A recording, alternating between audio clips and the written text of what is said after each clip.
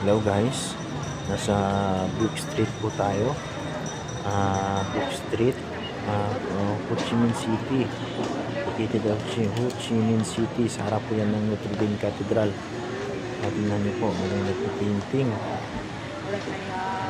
Kung gusto niyo painting, available dyan. Tapos, kung gusto niyo bumili ng libro, school supplies, pasalubong, tambayan din po ito kasi ang daming cafe. Hindi lang sila nagbibenta ng mga libro at school supplies. Meron din silang cafe, parang Brook Street Cafe, kumbaga. Malinis, tsaka ang daming turista. May selfie at saka picture yung mga tao dito kasi isa ito sa mga pinupuntahan ng mga turista dito sa Ho Chi Minh City.